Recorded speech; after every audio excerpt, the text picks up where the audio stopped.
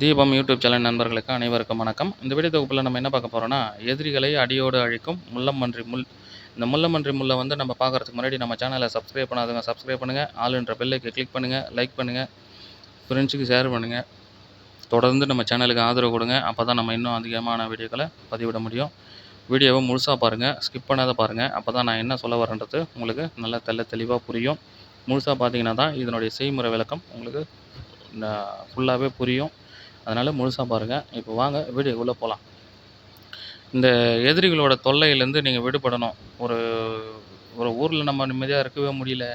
நம்மள எதிரிகள் வந்து தொடர்ந்து நம்மளை தாக்கிக்கினே இருக்கிறாங்க. அவங்ககிட்ட பணம் பலம் அதிகமாக இருக்குது. நேரடியாக வந்து அவங்ககிட்ட நம்ம மோத முடியாது. அப்போது இந்த மாந்திரிகத்தின் மூலிமா நம்ம செஞ்சு நம்மளுடைய வாழ்வை காப்பாற்றிக்கணும் அப்படின்னா ஒரே விஷயம், இந்த மாதிரியான விஷயங்களை நீங்கள் பாதுகாப்பாக செய்கிறது தான். இன்னொரு விஷயம்னு பார்த்தீங்கன்னா, இந்த முள்ளம்பன்றி முள் வந்து பார்த்திங்கன்னா நல்லதுக்கும் பயன்படும், கெட்டதுக்கும் பயன்படும். நல்லதுக்குன்னு பார்த்தீங்கன்னா வசிய வேலைகளுக்கு, பேய் பிசாசு ஓட்ட, ஏவல் பில்லி சூனியங்களை விரட்ட, ஆத்மாக்களை வசியம் பண்ண, இந்த மாதிரியான விஷயங்களுக்கு பயன்படும். கெட்டதுங்களுக்கு மாரணம் செய்ய,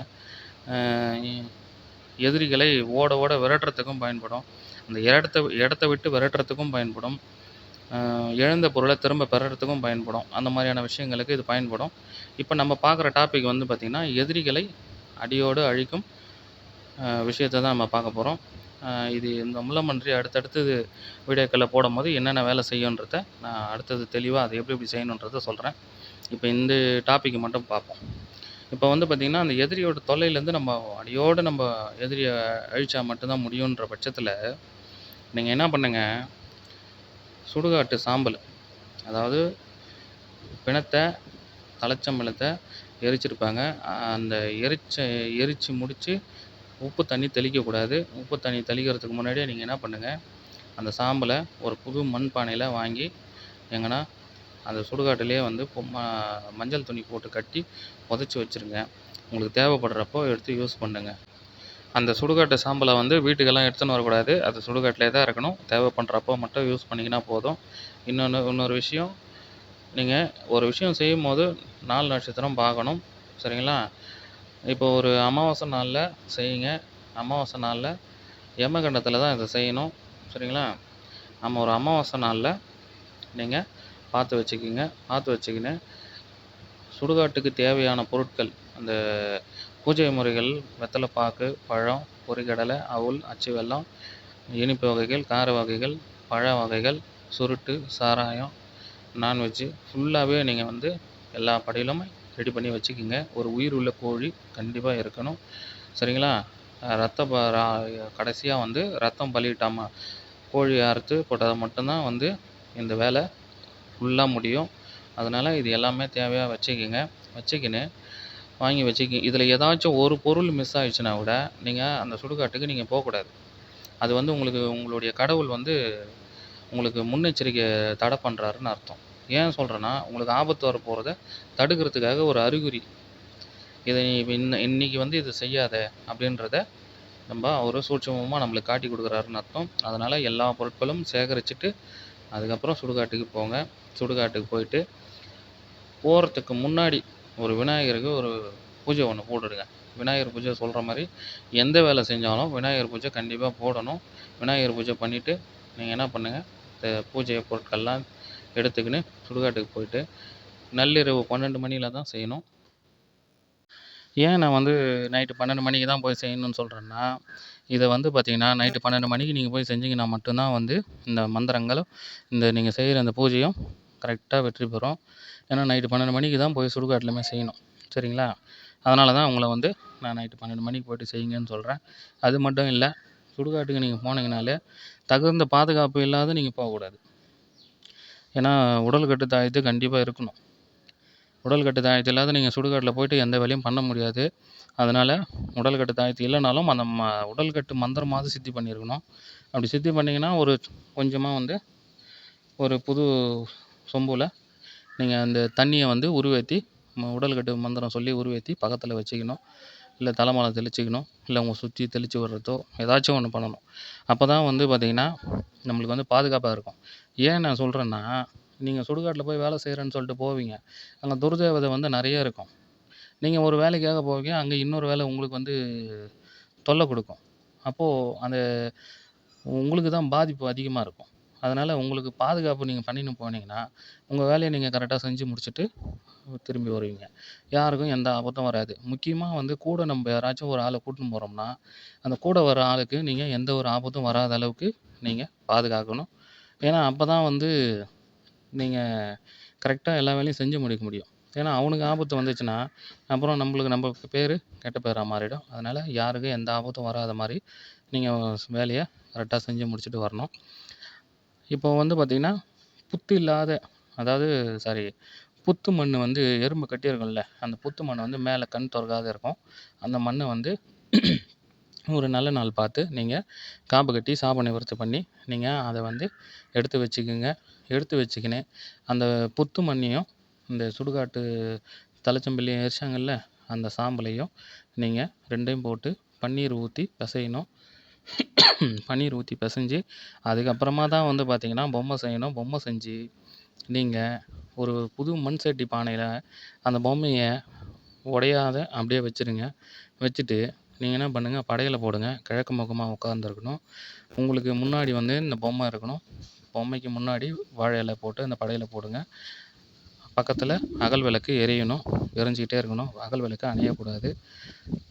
அதுக்கப்புறம் நீங்க என்ன பண்ணுங்க, எல்லாமே கரெக்ட்டா இருக்குதான்னு ஒரு முறை செக் பண்ணுங்க. ஏன்னா, ஏதாச்சும் ஒரு பொருள் மிஸ் ஆயிடுச்சுனாலும், அது நம்மளுக்கு பெரிய தொந்தரவா வந்து நிக்கும். அதனால எல்லா பொருளும் கரெக்ட்டா இருக்குதா, சரியா இருக்குதா, தேவையான பொருட்கள் கரெக்ட்டா இருக்குதான்னு ஒரு முறை செக் பண்ணிக்கங்க.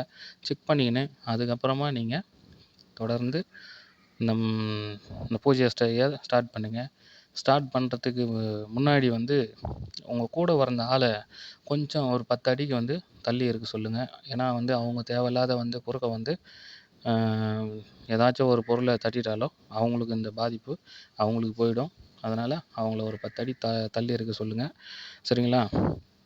தள்ளி இருக்க சொல்லிட்டு, இப்போ ஸ்க்ரீன்ல தெரியுதுல்ல மந்திரம். இதுதாங்க மந்திரம். இந்த மந்திரத்த வந்து நீங்க எந்த அளவுக்கு தெளிவா நீங்க அதுக்கு முன்னாடியே மனப்பாடம் பண்றீங்களோ, மனப்பாடம் பண்ணிக்கங்க. தெளிவா மனப்பாடம் பண்ணுங்க. ஒரு சின்ன எழுத்து கூட மிஸ்டேக் ஆகக்கூடாது. அந்த அளவுக்கு தெளிவா இருக்கணும். ஃபுல்லா மனப்பாடம் பண்ணி சரளமா வாயில வரணும். எப்ப கேட்டாலும் எழுந்து சொல்ற மாரி இருக்கணும். சரிங்களா? அந்த அளவுக்கு பிராக்டிஸ் பண்ணிக்கங்க. பிராக்டிஸ் பண்ணிக்கின்னு, இந்த முள்ளம்பன்றி முள்ள வந்து கையில எடுத்து வச்சுக்கங்க. உங்களுக்கு பக்கத்துல வந்து ஒரு கோழி இருக்கணும். சரிங்களா? பலி குடுக்கணும். லாஸ்ட்டா பலி குடுத்த பிறகு தான் இந்த மந்திரங்கள் வேலை செய்யும். இந்த முள்ளம்பன்றி முள்ள வந்து கையில எடுத்து வச்சுக்கின்னு, அது மேல 2 விபூதி போட்டு, நீங்க என்ன பண்ணுங்க, இந்த மந்திரத்த சொல்ல ஆரம்பிங்க. ஒரு 1008 தாட்டி சொல்லுங்க. அப்படி எனக்கு 1008 முறை சொல்ல பயமா இருக்குதுன்னா, ஒரு 108வது சொல்லுங்க. ஏன் சொல்றேன்னா, 108 செஞ்சீங்கன்னா ஓரளவுக்காவது வேலை செய்யும். 1008 சொன்னீங்கன்னா உடனே அடியோட அழிஞ்சு போயிடுவான். 108 சொன்னீங்கன்னா ஒரு 3, 4 மாசமாவது அந்த ஆ அந்த வேலைய செஞ்சு முடிக்க ஒரு 3, 4 மாசம் ஆகும். ஒரு வாரத்துக்குள்ள நடக்கணும் அப்படின்னா, 1008 நீங்க சொன்னா மட்டும் தான் நடக்கும். சரிங்களா? 1008 முறை வந்து நீங்க இந்த மந்திரத்த சொல்லி, அந்த முள்ள கையில வச்சுக்கின்னு, இந்த மந்திரங்கள சொல்லி, நீங்க என்ன பண்ணுங்க, அந்த பொம்மை செஞ்சு வச்சிருக்கிறீங்கல்ல, அந்த பொம்மைக்கு எந்தெந்த பகுதியெல்லாம் நீங்க குத்த முடியுமோ, அந்த பகுதியில எல்லாத்தையும் நீங்க குத்தி, அந்த கை, கால் பகுதி, முழங்கால் பகுதி, தலைப்பகுதி, கண் பகுதி, நாக்கு பகுதி, இந்த எந்தெந்த இடத்துலலாம் உங்களுக்கு செய்யணும்னு தோணுதோ, அந்த இடத்துல செஞ்சீங்கன்னா, அந்த இடத்துல வந்து பார்த்தீங்கன்னா, குத்தி வச்சுருங்க. குத்தி வச்சுட்டு, நீங்க இந்த கோழிய அறுத்து லாஸ்ட்டா அந்த ரத்தத்த அது மேல விட்டு, அந்த பொம்மை மேல விடுங்க. விட்டுட்டு, நீங்க என்ன பண்ணுங்க, கற்பூரம், தீபாரத்தனலாம் காமிச்சு, அந்த செஞ்ச பொம்மைய வந்து சுடுகாட்டிலேயே அங்கேயே புதைச்சிருங்க. புதைச்சிட்டு, எங்க புதைக்கணும்னு பார்த்தீங்கன்னா, 6 மாதத்துக்குள்ள யாராச்சும் இறந்திருப்பாங்க. அந்த 6 மாதத்துக்குள்ள இறந்தவங்களோட சமாதிக்கு கீழ புதைச்சிருங்க. புதைச்சிட்டு கற்பூரம் கொளுத்தி புதைச்சிருங்க. புதைச்சிட்டு திரும்பி பார்க்காத வந்துருங்க. திரும்ப பார்க்காத வந்து எங்கேயாச்சும் ஒரு இடம் வந்து நீங்க போட்டிருக்கிற ட்ரெஸ்ஸ அப்படியே கழட்டி விட்டுட்டு குளிச்சிடுங்க. குளிச்சுட்டு எங்கேயாச்சும் ஒரு கோயில்ல போயிட்டு உட்காந்துருங்க. சரிங்களா? டைரக்ட்டா நீங்க வந்து வீட்டுக்கு போக்கூடாது. வீட்டுக்கு போனீங்கன்னா, உங்கள எதுவும் செய்யாது. உங்க வீட்ல இருக்கிற பலவீனமா இருக்கக்கூடிய ஆட்கள இது நிச்சயம் காவு வாங்கும். அதனால வீட்டுக்கு போக்கூடாது. ஒரு நாள் கழிச்சு அதுக்கப்புறம் பொறுமையா வீட்டுக்கு போங்க. இந்த மாரி நீங்க செஞ்சுட்டு வந்துட்டீங்கன்னா, அந்த எதிரி வந்து அடியோட அழிஞ்சு போயிடுவான். 2வது அவன் இருக்கவே மாட்டான். சரிங்களா? நோய்வாய்ப்பட்டு இறந்து போயிடுவான். இப்போ நீங்கள் எங்கெங்கெல்லாம் குத்துனீங்களோ அங்கங்கெல்லாம் அவனுக்கு பாதிப்புகள் வரும். கை காலில் குத்துனீங்கன்னா கை கால் முழங்கால் விழுந்து போயிடும், கால் நடக்க முடியாத போயிடும், கண் பார்வை போயிடும், பேச முடியாத போயிடும், தலைப்பகுதியில் குத்தினீங்கன்னா பைத்தியக்காரன் ஆகிடுவான். அந்த மாதிரி ஏதாச்சும் அவங்களுக்கு நோய்வாய்ப்பட்டு எந்த நோய் வந்துச்சுன்னே அவங்களால கண்டுபிடிக்க முடியாது. டாக்டர்கிட்ட போனாலும் இந்த நோய் வந்துச்சுன்னா அவங்க தெரியவே தெரியாது. அந்த மாதிரியான விஷயங்கள் அவங்களால கண்டியே பிடிக்க முடியாது. 2வது அவங்க எங்கேயாச்சும் போய் பார்த்தாங்கன்னா கூட உங்களுக்கு நீங்கள் தான் செஞ்சீங்கன்றத அவங்களால கண்டுபிடிக்க முடியாது. யூகிக்க வேணா முடியும், இவங்க பண்ணியிருப்பாங்களா, இவங்க பண்ணியிருப்பாங்களான்னு. ஆனால் நீங்கள் தான் செஞ்சீங்கன்றதுக்கு எந்த அத்தாட்சியும் கிடைக்காது. சரிங்களா? நீங்கள் வந்து பார்த்தீங்கன்னா, இந்த முறையை வந்து நான் சொல்லிக் கொடுக்குற முறையை வந்து நீங்கள் நல்லவங்களுக்கு செஞ்சீங்கன்னா உங்களுக்கு வந்து விபத்துகள் 1000 மடங்கு உங்களுக்கு கெட்டது தான் நடக்கும். அதனால் நல்லவங்களுக்கு ஒன்றுமே ஆகாது. நீங்கள் நல்லவங்களுக்கு செய்யாதீங்க. உங்களுக்கு தொந்தரவு கொடுக்குறான், இந்த எதிரி வந்து தொந்தரவு கொடுக்குறான்ற இந்த எதிரியால் உங்களுக்கு வந்து தொந்தரவு அதிகமாக இருக்குது, இவனை விட்டு வச்சா நம்ம வாழ முடியாது, நம்ம குடும்பத்தை அடியோடு அழிச்சிருவான் அப்படின்றவங்க மட்டும் இதை செய்யுங்க. ஏன்னா நல்லவங்களுக்கு செஞ்சீங்கன்னா நம்ம தான் அடியோடு அழிச்சிருவோம். சரிங்களா? இந்த வீடியோ உங்களுக்கு பிடிச்சிருந்ததுன்னா தொடர்ந்து நம்ம சேனலுக்கு சப்ஸ்கிரைப் பண்ணுங்கள், ஆல் என்ற பெல் ஐக்கனை கிளிக் பண்ணுங்கள், லைக் பண்ணுங்கள், ஃப்ரெண்ட்ஸுக்கு ஷேர் பண்ணுங்கள். அடுத்த வீடியோவில் சந்திப்போம். நன்றி, வணக்கம்.